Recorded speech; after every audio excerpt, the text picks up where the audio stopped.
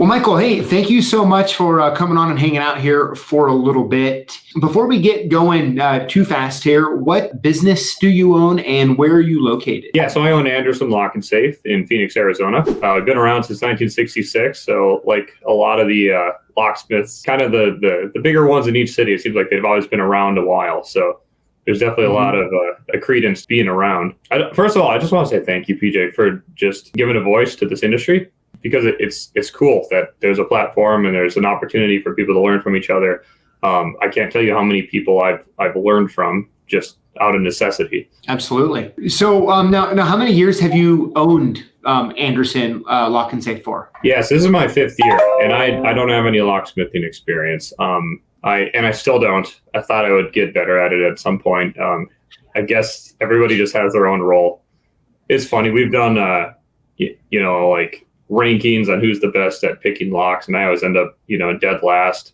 Who's the best at doing this, doing that? I'm just really bad at it. I mean, I hate to admit it, as the owner of business and being so proud to work here and be a part of this. Interesting. So, with that being said, I'm guessing at some point you've at least like rekeyed a couple locks or something like that. Yeah. So I've taken classes from the guys. So when we were designing our apprentice program, I said, okay, well, I'm the dumbest guy in the room, so if you can teach it to me, I think it's going to work out fine. And that kind of like created the whole program, because I'm starting from zero and I'm trying to understand theory, and then we're getting into what are the different aspects we need to know before we hit the road, like master keying. How do I design a master system on the spot? Can I rekey really quickly? Sergeant Corbin, best is pretty common for us. So like, that's what we try to cater to. Are we able to impression keys? Are we able to pick locks? Padlocks, changing out shackles. There's a million different aspects. I think we kind of break down our first 3 weeks classroom program into 13 sections and really make sure that everybody's proficient in every section before we send them on. And we actually have a test at the end of the 3 weeks to make sure that the guys are going to be able to, make it through. Absolutely. So what kind of spawned us doing this was actually, we were on the phone chatting, and you had talked about how you were doing this Locksmith Apprenticeship Program and your pay structure and all that. And I found it really interesting, refreshing, and very unique. Hopefully, at some point, it'd be fun to get my dad on, who's kind of like an old guard, and and kind of hash through different perspectives a little bit, And but with that being said, essentially, is what we had talked about, which I don't know too much of, which I'm excited to learn more, is you ended up buying this locksmithing business and eventually created this Locksmith Apprenticeship Program for your own company, right? Like you're not doing this training program per se, for like people aren't paying you to do it and then they're going to find a job elsewhere. You're essentially recruiting people, bringing them in this program, and then hopefully they're passing and you're hiring them. Do I have that right? Yeah, exactly right. The recruiting is a huge part of it. We create a job posting that we want to attract as many applicants as possible, so then we can be really picky. Experience doesn't matter, so we do not hire on experience at the apprentice level. You want to have people that ultimately are hungry and humble, capable of learning, and somebody that you're comfortable putting in your mom's house. You know what I mean? Yeah. It's and when you don't get that vibe right off the cut, the experience just doesn't really play into it as much. But we are so fortunate. I mean, my coworkers have 400 years of experience, I think is what we counted last. And wow. Why not leverage that, right? And so we decided to create a program that can take somebody from zero to a proficient commercial locksmith within 3 months. And in designing the program, we wanted to think about everything. Like what are we going to encounter? And we really focused on making sure that the new applicant like understands what the job is going to be. So we give them a ride along before they even interview. We give them a half-day ride along, pay them for the day, just go see what it's like. It's not what you expect, I bet. And most of the time they're sold on the job. And we really try to be particular about the applicant that we're choosing, because attitude is everything in this industry. It's tough. You're going to be on the spot. You're going to be, it's Arizona. You're going to be working outside. You're going to have angry customers sometimes, or impatient customers, and you have to be, you just got to have the right mindset every single day. And so every time we've had an apprentice come through, we got 2 more starting next week. And our plan is to basically have every month bring on another apprentice. What we found is every single time we've done the program, we've changed something about it. We've refined it. It used to be a 2-week classroom training. Now it's 3 weeks. The road training used to be not as structured. It used to be just ride along and try to pick up experience. But we found that there were really specific checkpoints that we needed to make sure were done. How do you sell a door closer? How do you sell a panic bar? How do you sell a new lever? What happens if the latch needs to be replaced, but the lever is fine? And you need to like run into all these different types of situations so that when you get out there, you're armored with what you need. We have a 13-week program. The first 3 weeks are classroom. The next 10 weeks are mostly on the road, but there's also classroom training. So we set up a training center with doors and frames that we're using to like kind of do demo installs, demo replacements. And that's obviously going to be a great point of emphasis. It's an opportunity to fail. We don't want to fail on the customer's dime as much as possible. So being able to present them with things for the first time there. And it's nice because it's very intentional, right? So every week you're going to have a different thing. The first week's going to be, safety and tools and your inventory and knowing every single thing that's in your van. Make sure that you know where to find it. We test you on that. And then door closers and exit devices. And what about all of the alarm lock stuff? So do you know how to program a trilogy? There's a lot of different things that locksmiths need to know how to do. And so we've broken it down into basically every week it's a new subject.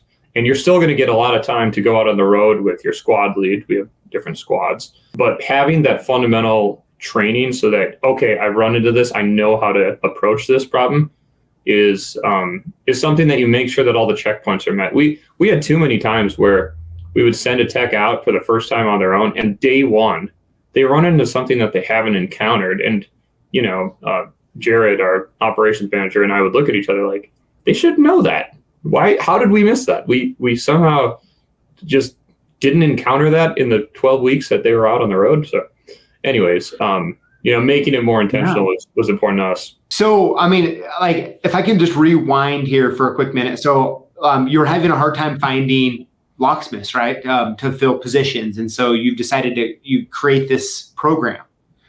Yeah, we kind of gave up on trying to find experienced lock. It's so funny because every locksmith owner I always talk, dude, what's the biggest problem? Well, staff. We can't find good people. Good people are out there, but they're not going to be experienced.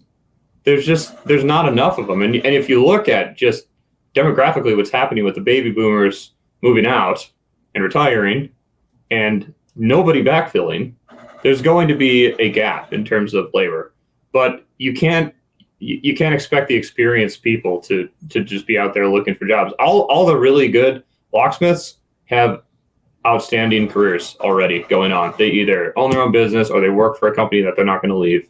And so just have that understanding, and that's okay. But what we want to do is be able to help the industry to grow. And in doing so, you got to bring new people into the industry. And so trying to create a program that was attractive, basically we're paying you to be trained, is a pretty attractive program. And then obviously the performance pay was a game changer for us too. Absolutely. So when you start to develop this program, right? So it sounds like it's 12 weeks long, which is a pretty big commitment. And I'm guessing, like, are you paying them like a wage for those 12 weeks? Yeah, the whole time. So we bring them in at $16 an hour. Okay. And you get paid, it's 13 weeks long. And the whole time you're getting paid, it's not like a great wage necessarily, but it's something to be able to learn. And normally, if you're learning a trade, you're going to have to sign up for trade school. You're going to have to get some sort of certification if you want to be an electrician. You're going to have to then apprentice somewhere, but you're going to have to dump some of your own money in.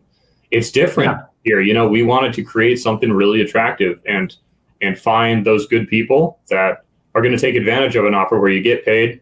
You get about $7,000 worth of tools. You get a $60,000 van. You get the $8,000 worth of inventory, you're ready to go. Like we're gonna give you the opportunity to do whatever you want. But in doing so, we knew it was going to be an investment, and it doesn't work out every time. I mean, we've had guys, not pass the first test. We've had guys that haven't made it past the first 13 weeks. We've had people that don't make it a month after that because it's just too difficult, or they just haven't been able to figure it out. And we take that feedback really seriously. We want to continue growing the program, but we know it's not perfect. I mean, so when you start creating this, right, it's because you need more locksmiths in your business. Yeah. And then like hearing the infrastructure that you've put in, it sounds like you've invested a substantial amount of capital to do it. And then the time training and all of that as well. Has it been difficult to try to run the business and get the jobs done, knowing that you need more techs out in the field at the same time allocating resources to train? I'm really curious about that. This was not capital intensive at all. Creating the program, we had probably 3 or 4 guys that were some of the smartest minds in Arizona locksmithing on the team, helping to design the program, figuring out what are the checkpoints that we need, what do the guys need to be able to do. We started out with kind of combining the apprentice program with safe moving. And so it'd be like you'd be doing both. Maybe in each day you might do a safe move and then also be doing the apprentice program. And the idea was you'd eventually become a locksmith. It was too inconsistent, and the guys would just go do safe moves all day, and there wasn't enough continuity. So we gave up on that. But I wouldn't say it was capital intensive besides paying somebody $16 an hour. And obviously, once they're rolling with a senior tech, one of our squad leads, they are going to help on the job. They're not going to only provide a hindrance. And so, I mean, like if you have a 4-hour job, it should save you time if you have somebody that's able to run hardware, be able to help you pin, be able to work with you. So I wouldn't say it's going to be a money sink. I think it's a worthwhile investment, and it's a lot smaller than you probably realize. Okay, interesting. Yeah, I mean, I guess it makes sense. In my head, I just envision an experienced tech with a rookie essentially in a room like this or something, learning all day, and you have 2 different, 2 guys you're paying that you have jobs to do at the same time. You're trying to teach and all that. So, but it sounds like kind of. So in the shop setting, that's at our Chandler office, and they have a live shop going on while this training is happening. But the shop techs they can do both, and they start to teach the apprentices like, okay, now this customer wants a duplicate. Let's work on your key identification. See if you can find this. So it's all happening in real time. Okay, so like the apprentice, like while they're going through the apprentice program, they're still integrated kind of into the daily operations, whether it's in the shop or out in the van. Yeah. We do, and we even we'll send them home with deadbolts. Lockpicking and impressioning is not something you learn in a day. You have to just spend time on it, and so we send them home. Go watch the football game. Try to pick this lock over and over and over and over and over. All right, you did that with quickset. Now do it with schlag.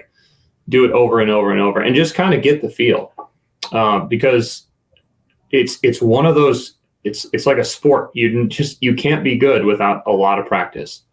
And I've never seen somebody pick it up in all of our apprentices throughout that we've had. I've seen people pick up rekeying really fast, but it seems like picking and impressioning is just one of those things that it just takes time. You got to get the feel. It does. Absolutely.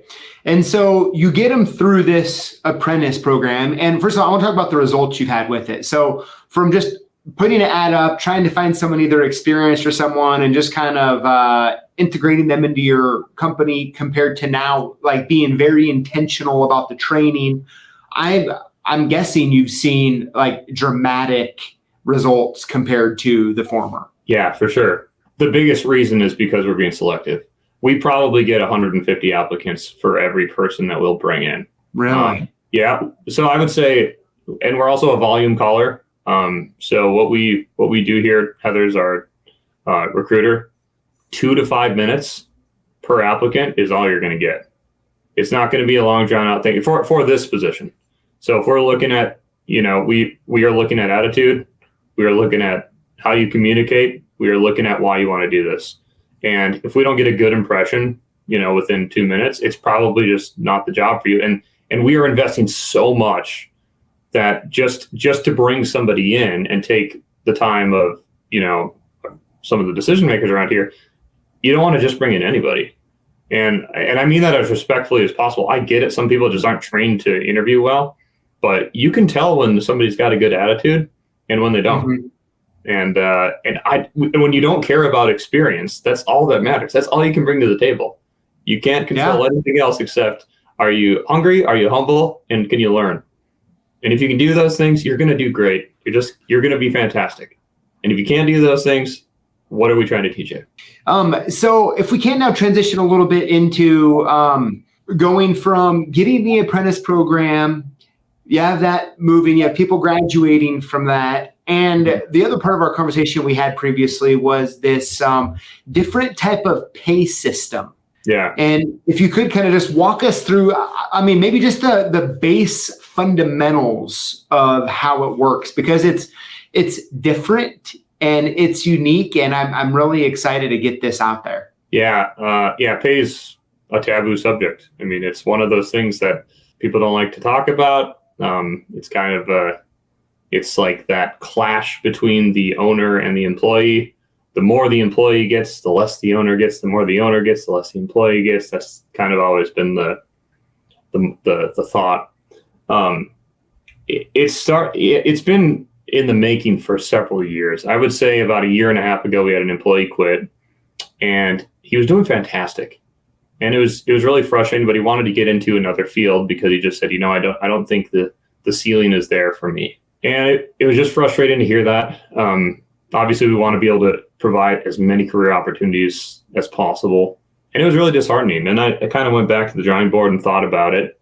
And at the time, it's kind of similar to what it is right now, but the median home price in Phoenix, Arizona is $525,000. Current 30-year interest rates, if you have a 800 credit score, are 7.9%, which means that you're looking at a $3,900 monthly payment for a mortgage if you buy a house. You can collect the money to make the down payment in the first place.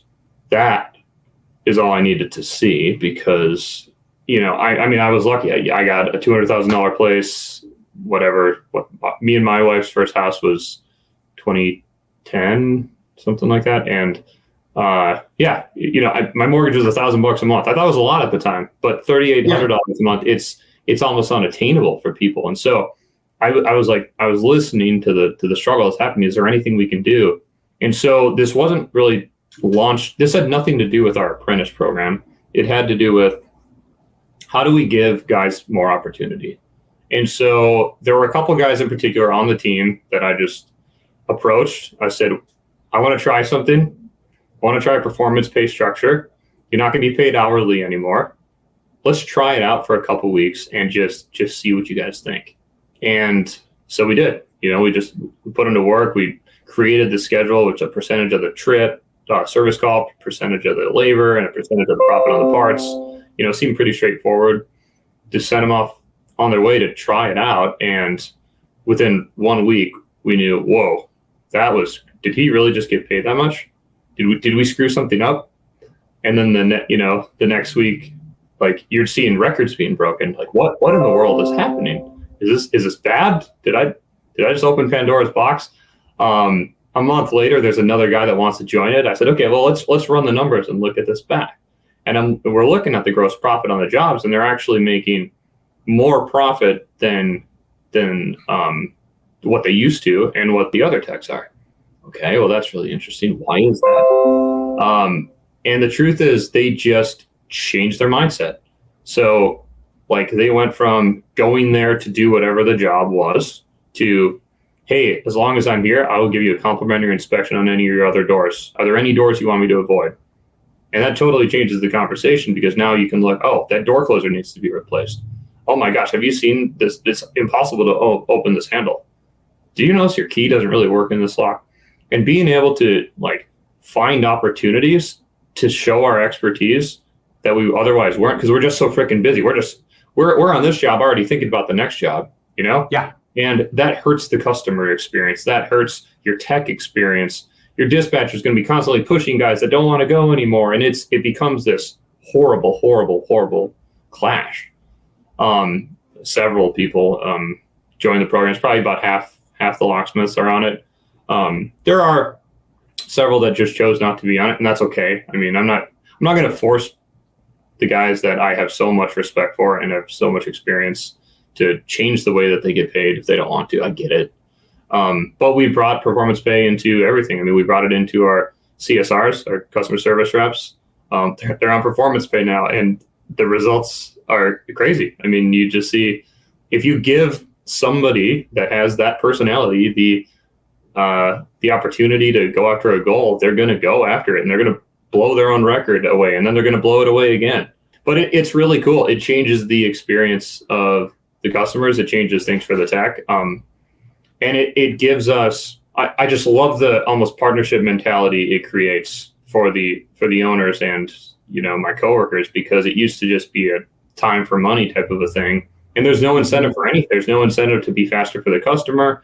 There's no incentive to get out of the shop faster.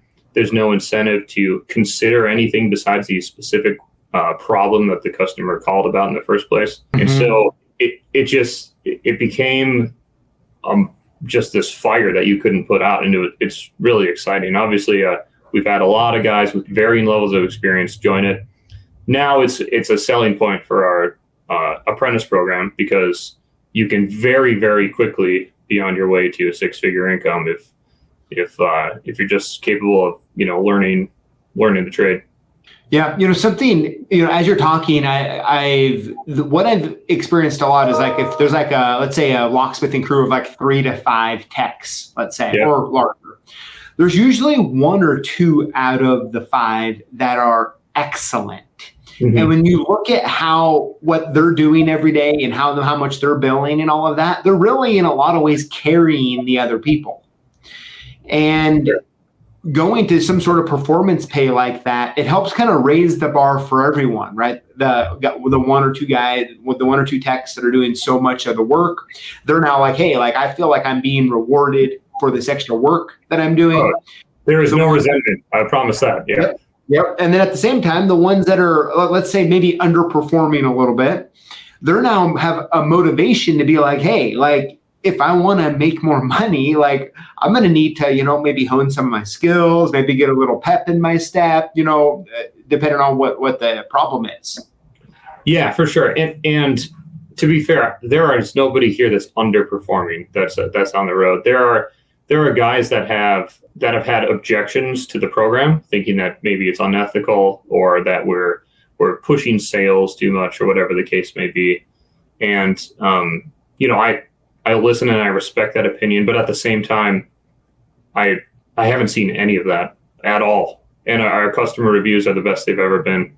And we even get the internal reviews. I mean, the one guy with the broken record, he has 80 5-star reviews on his internal, which is not to Google, that's just to us.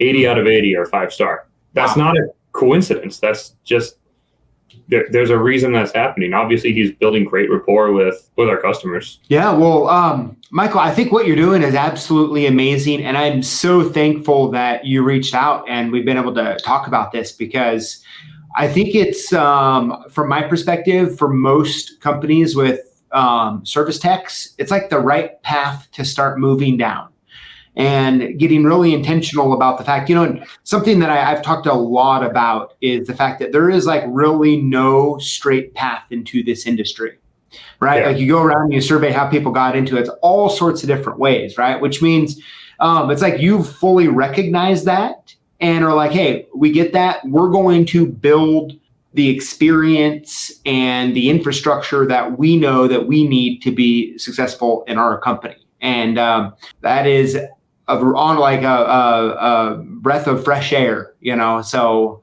great work on that. And I'm really excited to see as time plays on, not only what that looks like, But I mean, even for like a company like my dad's locksmithing company, I'm excited for him to watch this interview. No, Dad, what's up? And be able to kind of talk to him through it, talk him through it a little bit. So yeah, the lockpicker. It's a totally different mindset, and I respect why there's hesitation. And by the way, nothing that we've done, which involves so many people on this team to make it happen, but nothing that we've done, I don't think is unique. It might be unique for our industry right now, but we are, as you probably recognize, we're kind of on the precipice of something big, and you've seen what's happened with the other trades. There are not enough locksmiths in the world, which means our demand should be higher. The thing that really saddened me, this is kind of a sad story, but I was looking at the locksmith business that was for sale, and we were kind of taking a look at all the employees, and there was a locksmith that had been there for 25 years, and he was a safe tech and a commercial locksmith, and he was making $25 an hour. And I just thought to myself, like, this is why we need to change the game, because you're not going to get the 19-year-old kid signing up for that. You just won't. Yeah. I mean, it's, I mean, thanks for sharing the truth, man. I mean, it's just, it's really the truth. And I think the best part is, man, that you're actually doing something about it in your business. Yeah. And that's awesome. Yeah. I cannot wait for all of those watching and listening to hear the feedback in the comments.